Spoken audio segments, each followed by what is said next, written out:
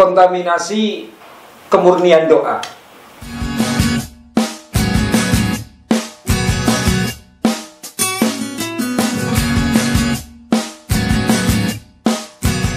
Yang dibutuhkan seorang pendoa untuk mustajab doanya itu adalah kemurnian hati. Sistem rasa hati terdiri dari berbagai elemen kesadaran positif dan kesadaran negatif. Ketika kesadaran masih negatif, yakni Anda masih berambisi dengan keinginan yang menggebu-gebu, maka hati memancarkan daya kemurnian doa yang sangat lemah. Dan yang menguat justru pancaran nafsu. Ketika nafsu terpancar kuat, kemurnian hati terganggu sistemnya. Karena ini, pendoa dianjurkan khusyuk.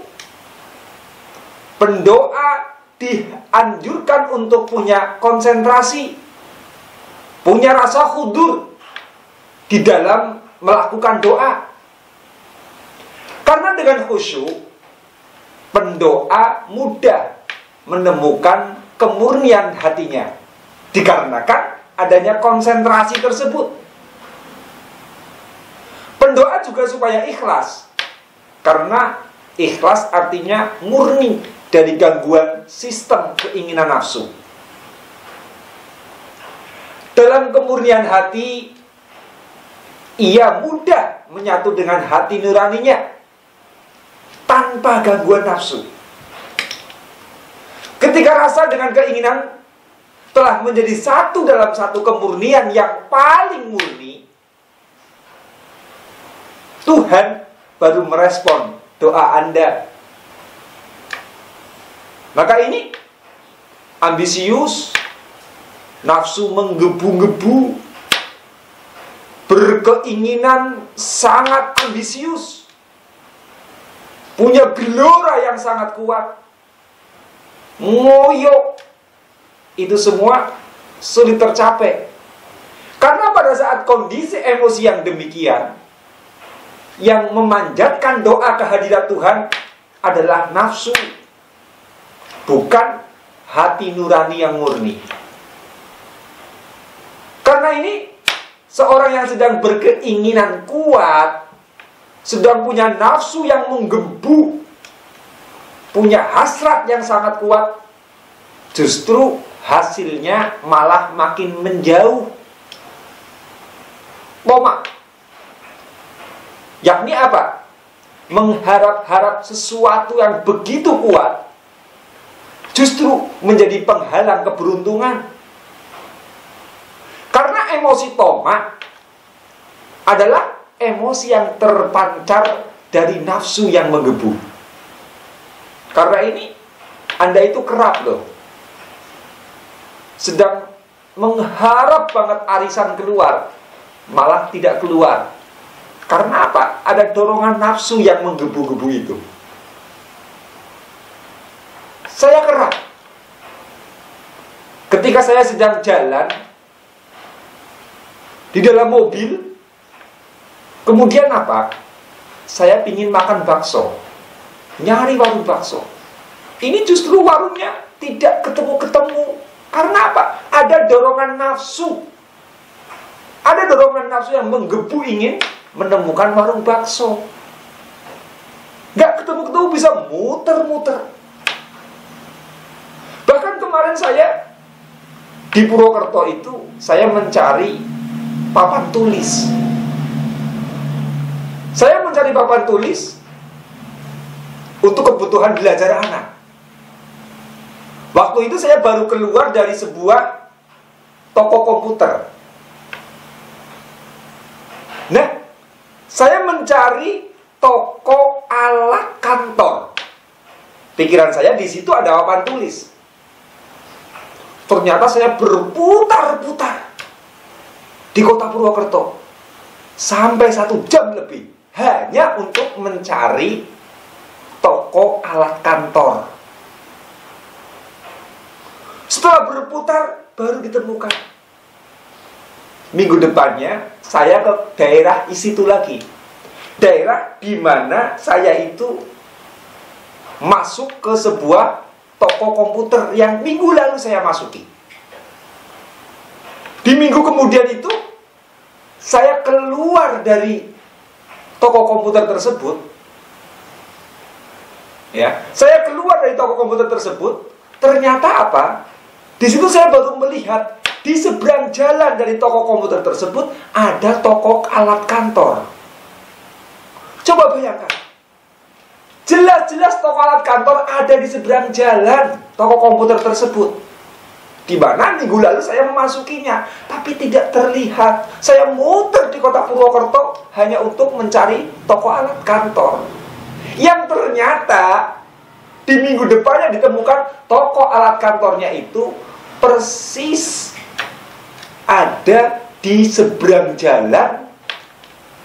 Ya, persis ada di seberang jalan toko komputer tersebut. Nah, ini loh kisah saya mencari warung bakso saat di jalan. Kisah saya saat saya mencari-cari toko alat kantor. Dikarenakan apa? Pada waktu tidak ditemukan, hati saya itu menggebu untuk menemukan. Malah tidak ketemu sama sekali. Berkali-kali sesuatu yang saya telah lupa dan tidak menginginkannya lagi, justru malah datang. Padahal ketika saya kejar, justru tidak ditemukan. Jadi, untuk itu bagi Anda yang sedang diterpa susah, diterpa ujian hidup, diterpa penyakit, jika Anda ingin segera rampung, mulailah dari saat ini, untuk tidak menggebu, menginginkan agar segera tuntas masalahnya. Tidak segera keluar dari ujian, tidak segera sembuh. Artinya apa? Hatinya yang netral. Sama seperti saya ketika menemukan toko alat kantor yang ternyata ada di seberang jalan. Pada waktu saya tahu bahwa toko alat kantor ada di seberang jalan toko komputer, di situ hati saya sudah netral. Dan di minggu kemarin, hati saya sedang menggebu. Maka semakin Anda ngebet, semakin Anda kemudian menggebu-gebu, ngoyo untuk meraih sesuatu, maka sesuatu tersebut justru makin menjauh. Karena apa? Terkontaminasi oleh nafsu Anda sendiri. Nafsu untuk mendapatkan sesuatu. Karena tanpa disadari, ketika menginginkan sesuatu, segala sesuatu segera tuntas, tentu di situ akan muncul yang namanya nafsu. Maka ini makin kuat keinginannya, makin kuat pula pancaran nafsu yang diunggah ke hadirat Tuhan. Ketidakmurnian hati pada doa makin terpancar kuat. Tuhan menerima pancaran Anda yang bernafsu menggebu, ya tentunya muak. Karena apa? Tuhan adalah pusat kemurnian hati. Jangankan Tuhan, cewek saja, kalau Anda sedang menggebu-gebu, sedang ngebet banget ingin menggoda, ceweknya malah benci sama Anda, muak sama Anda. Itu cewek, apalagi Tuhan yang Maha Kuasa. Maka saat Anda berdoa dengan menggebu-gebu, menginginkan sesuatu dengan menggebu-gebu, justru doa Anda itu sedang terkontaminasi oleh nafsu Anda. Di situ Tuhan muak. Namun ketika Anda itu tidak menginginkannya dengan menggebu-gebu, ini nafsu Anda mereda, turun. Dan saat itu justru kemurnian hati itu terjaga. Kuncinya bagaimana? Berharap sesuatu, namun tanpa nafsu yang menggebu-gebu. Contoh kasus, semakin tidak menginginkan seseorang, maka seseorang tersebut justru akan mendatangi Anda. Anda ingat tidak? Waktu Anda muda, ketika Anda itu sedang menggebu-gebu mengejar seorang cewek, mencintai seseorang, orang tersebut malah lari menjauh. Nanti sudah ditinggal nikah, Anda sudah melupakan, si cewek malah mendekati Anda. Itu karena apa? Saat Anda itu mengejar si cewek, nafsu Anda yang dikeluarkan, nafsu Anda yang diunggah, dia malah menjauh. Setelah Anda lupa, dia malah mendekat. Nah, makanya apa? Makanya kemudian ketika Anda itu menggebu-gebu ingin mendapatkan uang, justru uang juga malah akan menjauh. Nanti ketika Anda itu sudah ngos-ngosan, pasrah, capek, uang malah berkenan untuk datang. Ini loh. Lah, ini loh. Ini merupakan fenomena hidup dan kenyataan seperti itu. Ya. Tentu tidak menginginkan secara menggebu, harus benar-benar dalam kesadaran yang menguasai segenap pikiran, dalam kesadaran yang betul-betul terkontrol. Terkontrol oleh pikiran, oleh panca indera, terkontrol oleh hati. Bukan sekedar pura-pura tidak menginginkan. Karena ini Tuhan dalam sebuah hadis qudsi menjelaskan, mempersilahkan kepada dunia untuk melayani orang-orang yang melayani Tuhan, yang melayani Allah. Dan Tuhan memerintahkan dunia untuk memperbudak orang-orang yang justru melayani dunia. Karena hakikatnya para pengejar keinginan dengan menggebu adalah orang-orang yang sistem tubuhnya itu terkontaminasi dari kemurnian doa. Jadi doanya nggak murni, terkontaminasi oleh nafsu-nafsunya. Nah, maka ini kalau Anda itu ingin meraih sebuah keinginan dengan cepat, jawabannya justru Anda harus meminimalisir keinginan Anda sendiri. Artinya jangan menggebu, relax, santai, enjoy.